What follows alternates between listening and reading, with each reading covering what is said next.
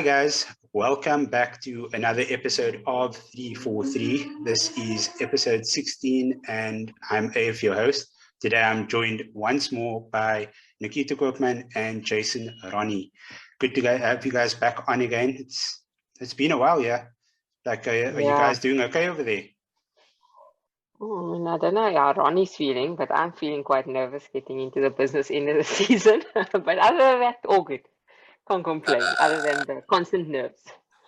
Yeah, no, look, I think I might echo, and this is the first time that I actually echo this nervousness, because generally Arsenal season's done, but there's actually something to fight for here. We're actually in contention. So as Nikita says, this is squeaky bum time now. Very nervous for everybody. Arguably one of the greatest quotes to ever come out of football. 100%. Absolutely. 100%. Absolutely. Wholeheartedly agree with that one. Yeah, but okay, let's get straight to it. We are now in the last stretch of the English Premier League. Title race, the top four and the relegation battle are all heating up. Nikita, I'll start with you. Being a Liverpool supporter, how are you feeling right now? What do you think the next 6 weeks are going to be like? And do you think it's going to be you guys or Manchester City that's going to be stumbling? Jeez, how am I feeling? I feel like my ulcer is growing an ulcer. That's how nervous I am right now. I mean, I mentioned to you guys the group chat a few days ago that, I mean, it's for me, I think it's the first time as a Liverpool supporter for me personally, where, you know, we're currently in, well, 4 competitions, one's finished, but 3 competitions, and we could realistically be out of 3 competitions come the end of April. So it is exceptionally nervy for me. And you know, they're all kind of knockout, if you want to call them that. They're kind of all like knockout games. You know, I don't think, but I mean, we pretty much have to beat City this weekend. I think to give it a good go. I don't think a draw gets us anywhere, to be honest. So it needs to be 3 points coming out of the Etihad, and we haven't won this since 2015. So that makes me exceptionally nervy. And I mean, and the bigger concern is that, you know, we're playing 2 Champions League leagues on the other side of that fixture. So I mean, as much as you want to ensure that, you know, we give our best go at the league, we really want to get through to the Champions League semi-final. You don't want to underestimate any team come this stage of the competition. So, I'm exceptionally nervous. I mean, I couldn't call it. I mean, both teams, City and Liverpool, at the moment are in really great form. The only difference is City look fantastic every week. I don't know what you guys think, but I mean, I think City look fabulous every week, where Liverpool we kind of grinding out results week on week for the past couple of weeks, which I mean also shows a type of a quality that, you know, is probably a quality within champions, but I don't know. It's too close to call for the league at the moment. Go ahead, Jason. No, I was just going to say, like, I mean, City's been at this point where they're vying for the league, and I think Liverpool recently, they've done very well to actually always be there competing. And they had that remarkable season where they actually won it like really early into, I think it was March, maybe April, could be wrong. But yeah, it's just like they seem to have this assurity about themselves. Like, it's just like they're just going about everyday things, you know. It's like, okay, it's not a matter of if they'll score, but rather win. Where I think Liverpool now, the loss of form, maybe a little bit of confidence lacking in like Mo Salah, it adds a big dimension, because then suddenly where you almost had that assurance that every game you would score, now it seems like every chance gets harder and harder for him to finish. And good players, great players go through these phases. They go through times where they just can't, like, it seems like the simple things just can't go right. But I think that this weekend's game, like we said previously, and I was always adamant that it was always in, and I think Nikita was saying that it was just like, rather not to get the hopes up, you know, could potentially just say that it's, but I think this is going to be such a massive game, obviously. I actually have a feeling that Liverpool might edge it this weekend coming up. Obviously, yeah, I mean, that's tough.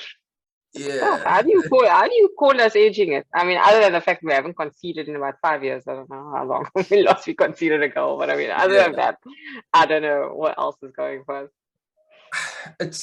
It's weird, but I think City's playing with this like sort of confidence, but every time they play against Liverpool, it's always end to end, and it's just literally that little bit of extra quality that I think you might have just by individual quality. And okay, that sounds very strange because City obviously they stacked with like everybody and they have so much depth and all that stuff, but it's just I think everything comes together on these big games. Players don't need motivation for these sort of games, and I have this feeling, so I'm just gonna go with the feeling, and I think that Liverpool would actually win it. I don't know. Any positive feelings it was Liverpool? I'm just looking at the fixture list here for the next month for Liverpool. Like, I understand why Nikita is stressing this much. I mean, Manchester City, followed by Manchester United, followed by Everton, which at the moment, like, Everton is like absolute garbage. But the fact that it's a Merseyside just talking about Premier League, you're just talking about Premier League. I mean, we've also got City in the FA Cup semi. In between all that gemors or nonsense. So I mean, it's oh man, my stress level is through the roof at the moment. Yeah, so it's going to be an interesting next month. Like Jason saying that like this match over the weekend is going to be quite big, and yes, it is going to be quite big. But regardless, if Liverpool loses on Sunday to City, there are other games that is still going to happen that might be able to dictate what happens for the rest of the season. That's just my take. I'm not like going into it at all about who I think is going to win the league. I'm staying away from that one completely. That doesn't affect me. That doesn't affect my team. so also just want to slide in the AFC. You know, Liverpool has such a busy month, and he named Everton and United as like big games. And I was like, okay, I saw that slide just to slide your team in there, isn't it? To be fair, I did follow the Everton one up by they are garbage at the moment, but it's a Merseyside derby. It is a Merseyside derby. The issue I have with those two big games is they crash, but you know for those two they are our two biggest fixtures of the year in my opinion, and I think the guys they generally show up. I mean, not that United showed up at Old Trafford last year when we played you guys. But it's also for me. Sorry, what happened there? And I blocked that weekend out of my mind completely. I don't know. I think I remember 5 goals. Was it 5? Mr. Oh, is that the time when Ole was still manager? Ole was still manager, right? That it's 5, yeah. I feel like most of United fans they just block that section. What is it, like 3 years where like Ole was manager? It's just like now suddenly seems to be forgotten. It's just gone out of the Wow. Yeah, it's easily like top 5 days of my life. Like that 5-0 somehow. Just that beautiful kit. Loved it. But I mean, United show up, Everton show up, and the pension is those games are generally quite hard. So your propensity for injuries is also increased. And I mean, we are, as much as people are saying now, Liverpool have a stronger squad than City at the moment. I beg to differ. One kind of critical injury, Van Dijk out again, or even a Matip out again. In my mind, is kind of in season defining for us. So it's, as much as the next month's going to be tough, keeping everybody fit till the end of the season is going to be tougher. I think. It's going to be interesting. I wouldn't actually call it a stronger squad. I'll say that Liverpool has a more resilient squad than City because of the way that Klopp drills that entire team. If somebody gets injured, whoever deputizes for that person comes in and performs at 120%. And I feel like with City, every player in that squad knows that, okay, I'm the backup for this one. Or if he gets injured, it's okay. I am there. Like Guardiola knows that I'm maybe just as good as him. So it's not like somebody that has to prove themselves. So that's that's why I would give the Liverpool squad it goes in their favour a bit more. Okay, that's fair. Yeah. Enough about the title race. The top 4 battle is intensifying as well. Arsenal, Spurs, Manchester United, and West Ham are all still in the running for that final spot. Jason, what do you have anything to fill us in with regards to the top 4? Look, I would have been a lot happier recording this today. I had my team actually perform last night, but I think everybody on this chat now has had a moment where they had to play Crystal Palace and then they just did something to them that just ruined their season, you know. Nikita, sorry, this might be a bit fresh for you. AF, look here, Crystal Palace came to Theatre of Dreams a few times, you know, so there's some relation here. But yeah, man, Arsenal have it, and I think this has been the story of a few years now, where we have everything that we need to do, and it's in our hands, and our success is obviously within our own grasp, and then we somehow manage to just stuff it up, you know.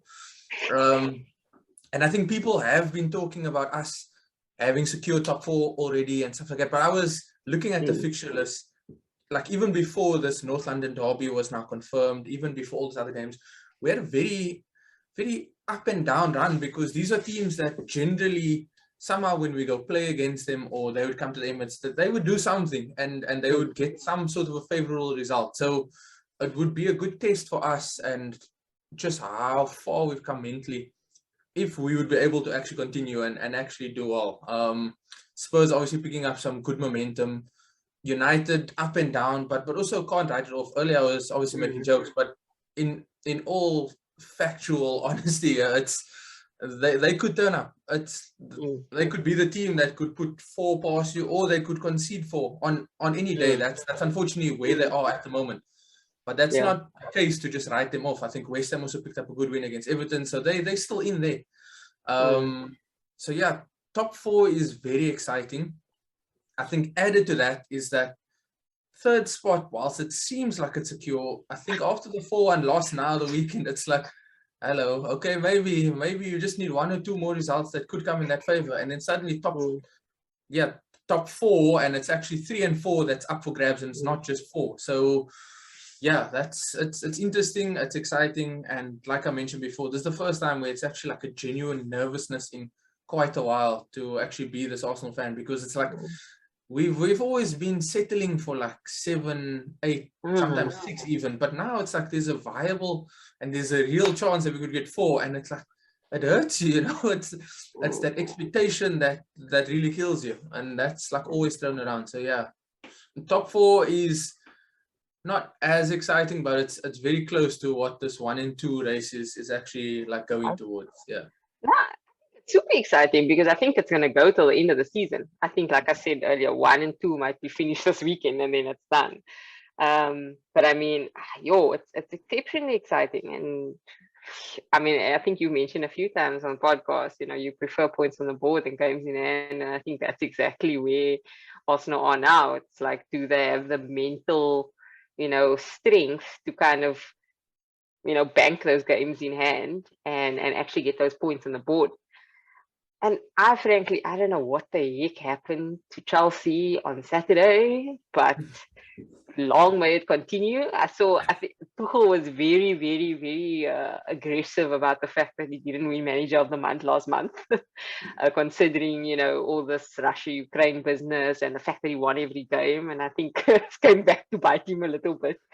But yeah, I was very surprised, and you're quite right. I think, you know, if Chelsea continue on this trajectory, and I hope they don't, because I think they could really, they should get past Real Madrid in the quarterfinals of the Champions League and hopefully knock City out, because I think they're a great European side. But if they do have a few more wobbles, there could be 2 spots open in the top 4 to play for. And I don't know, there's something just about United where they just sniff out these opportunities, regardless of how mentally fragile the players are and how segregated the dressing room is. And I think when you have, you know, a guy like Cristiano Ronaldo, if he sniffs an opportunity, he will decide to play himself this week and not have an illness, and get himself on the pitch and, you know, put goals in the net like he did against Spurs. So it's really, really, really tasty in the top 4 at the moment. I wish I wasn't so distracted by trying to win the thing, because then I would be a lot more invested in probably like a West Ham or, you know, Arsenal getting the top 4. I think that's where they need to be, where you guys need to be competing at the top level. I think that will also, you know, test, you know, Arteta's bottle and what he can actually do for this club. Is when you guys are playing in the Champions League, managing multiple competitions, managing a bigger squad. Hopefully there's some decent investment in the summer again. So yeah, flipping exciting running. First time for a long while that is this much excitement. Top of the table, top 4, and at the bottom of the table. Really great to be a football fan at the moment. Yeah, I just want to touch on like the fact that both of you guys spoke about Chelsea. Their fixtures ahead it's quite interesting. Manchester United, Arsenal, West Ham, Wolves. That's all on the horizon for them. So all top 4 contenders basically. Yeah, like, yeah. They need to beat the rest of the top 4 contenders, you know, in order to qualify. Yeah, that's definitely going to be an interesting run-in for their end of the season as well. But yeah, with regards to United, I am not holding my breath. I think the team has affected me that much this season that I can't see any sort of silver lining. But yeah, like I think that there's just this dark cloud over the club at the moment with regards to who the new manager is going to be and the players that are seemingly in power in the dressing room at the moment. And I mean, it's not the greatest thing for fans to go by, and it's not the greatest thing for the players to try and gather any sort of momentum. Well, the ones that actually want to try. And then you get the others that's probably just like jogging around and just trying to pick up their paycheck every week. But yeah, I'm not holding my breath. If they do get top 4, I will be very happy about it, obviously, because I mean, then we get Champions League, we get to attract better players next season with whichever manager comes in, whether it's Pochettino or Ten Hag. But yeah, it's going to be interesting for the end of the season to see who's going to end up in that top 4. And yeah, I'm excited for it. Doesn't it paper though over the cracks if you guys actually do end up in the top 4 and you qualify? Doesn't that paper 100%. over the cracks if the board then suddenly says, it actually wasn't so bad, you know, let's just Control C, Control V and carry on with this the current status quo. You see that it's happened before. We got top 4, and like I think it was the season when Louis van Gaal won the FA Cup. He won the FA Cup, and we finished 4th on the log. And the very next day, he was sacked. I mean, Mourinho was hired a few weeks later. So I don't know. I don't think the board is going to back down from their word that they are going to get a new manager in. I don't think Ragnick's going to continue past the season. But I definitely think making top 4 this season will paper over all the cracks. But it seems like there is a sort of a plan in motion for something better to happen, or that's just me being optimistic. But yeah, that's just my point of view on the entire matter. But yeah, now that we are done with the top of the table, at the bottom of the table, some teams have a lot of reason to be nervous. Sleepless nights for some of the players and the managers over there, most likely, with Norwich, Watford, Burnley, all currently sitting in the bottom 3. Will be a tough task to turn things around for them. I think the other teams are Brentford, Everton, Newcastle, Leeds. And Leeds. They are the other teams that seemingly are in trouble as well. And I think tonight is Everton versus Burnley, or is that tomorrow night? But that's Wednesday, tomorrow. That happens. So that's definitely a must win for both of them. And I think whoever wins that one will be out of the drop zone for now. What are your guys' thoughts on the relegation fight? Jason, I'll start Everton with must you. go. Everton must go. Yeah. Everton must go. No, I think what Nikita is saying is true. I think we actually need to have an honest conversation about Fat Frank here. Because he came in, you know, brings these guys in, Van der Beek, Ali, all of these guys, and they look exactly the same. Maybe it's just Everton as a whole, and obviously Nikita gets much pleasure when I talk about Everton in such a light, but it's like there's like no clear structure. When they had Ancelotti and they said that they were going to win the league, I was like, okay. They were about as close to winning the league as Arsenal were. And that says a lot. So yeah, it's like everybody's so close. It's maybe possibly only Norwich, and they would need to string a good couple of wins together to actually get out there. But they like Norwich is gone. Norwich is gone. Norwich is gone. Yeah, they just do this up and down. Just, you know, one season, come to the Premier League, lose go down, beat which is the same for like Fulham. Go down to the Championship, and then they're hitting teams for 7. I mean, check out Mitrovic. 37 goals so far this season. He comes to the Premier League, he scores what, 9 in total? Yeah. And then you have guys like Neeskens, Cabano doing well in the Championship, and then come up. It's like, so it's okay. So we almost all agreeing that Norwich is down. Watford also, they have these moments where they'll turn up, and then suddenly they look like they could possibly do well and actually get out. Then these days where they just look like, it's just like they're not there. That opening 20 minutes against Liverpool this past weekend, they actually played quite well. Agreed.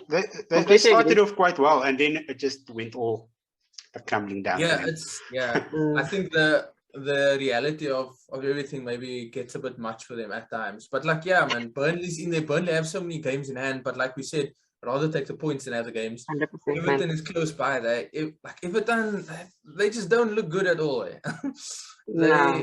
They look like there's nothing going for them at the moment. And Wednesday night's game is going to be huge because obviously Burnley's so close to them. Everton could obviously open up. I think it might be like a 4-point, confirm, might be a 4-point gap between the two. If Everton do win, if Burnley win, obviously they then close in. Everton put some more pressure on Frank. So it's like Nikita was saying, it's the first time in a very long time where the 2-horse race is good, battle for top 4 is good, relegation battle is like anybody could go down. It's like anybody's guess. So it's really exciting, man. It really is. But I mean, like the Everton thing is underrated because I think they give Man United a go as like the worst run club in the league. Like honestly, top to toe, they are awful. They spent like £1 billion since they've had these new owners. I mean, they've still got Solomon Rondon on the field. I mean, I remember like flashbacks from West Bromwich Albion. And like you said, they signed Donny Daly. Donny got injured in the warm-up. When was it? Sunday? Yeah. And then Mason Holgate comes and plays in midfield, and he leaves Daly on the bench, which means Dele Alli is a problem. It's not he's the definitely fact not that, training properly. Yeah, he's not training well. I mean, he's just not got the impetus anymore. And I think, poor decisions like that, spend-wise, like top to toe, they've got massive losses again. I mean, that's 3 years in a row now. They are punting over £100 million in losses. I mean, their club is in a shambles. And if they go down, it's hard to see unless there's, which they're capable of doing, tens of millions of pounds of investment into that team. It's hard to see them, coming back up next season. But I think what's so interesting from your comments, Jason, is that if we see, the Norwich is going up and down, the Derby's going up and down, which will probably happen again this year, the Watford's going up and down, Fulham in the same rate, it just shows that the quality differentiation between the Championship and the Premier League is far too stark. And to me, it seems it's very, very clear that the Championship, the playoff, whilst I'm sure it generates some sort of revenue for the Championship, it doesn't work. Because it's normally those guys that come in through that playoff that are the first to go down, like Norwich. I think Norwich won the Championship last time. I'm not sure, but I mean, it's a bit of a joke. I think they need to re-look at the whole football league pyramid because I personally don't think it's working. I think the only club in a long while that's done the business is kind of like your Crystal Palace, because they came up and they've stayed up and they've almost cemented like that spot, like 10-11 spot. But yeah, I think bottom 4, Norwich is definitely down. I think Burnley also, to be fair, they need to go. They're awful. And Watford. Somehow, I think Everton will stay up, and I think Newcastle have just done enough to get themselves above 30 points. And the rest of them are all just going to eat each other to the point where they just get themselves relegated. So, very exciting.